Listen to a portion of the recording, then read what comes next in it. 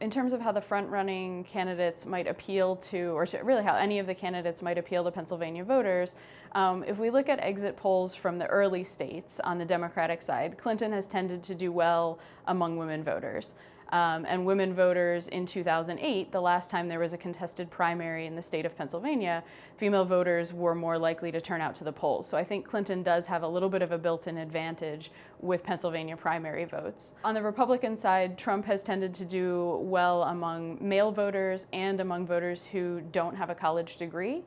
It's a little bit more difficult to know what the primary electorate looks like on the Republican side just because we haven't had a contested primary on the Republican side in Pennsylvania in the last few electoral cycles, so the exit polls aren't as helpful in those instances. I think it's difficult to fully change your message in today's social media environment when everything is recorded, when all of your speeches are being videotaped and put online. It can be difficult to fully change the message.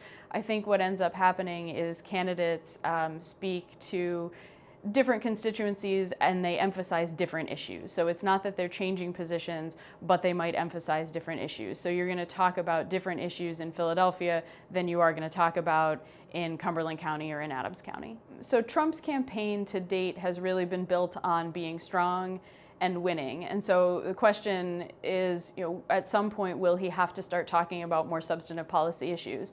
In a lot of ways, I don't think he will. I think his campaign is really built on coming in and blowing up what has been going on in Washington for the last, not just 8 years, but the last 30 years. And so I don't see him really I don't see him switching to talking more about policy. I actually see him kind of continuing on with his message, continuing to talk about being strong, continuing to talk about winning. Trump is up in polls in Pennsylvania by 8 to 10 points at recent look.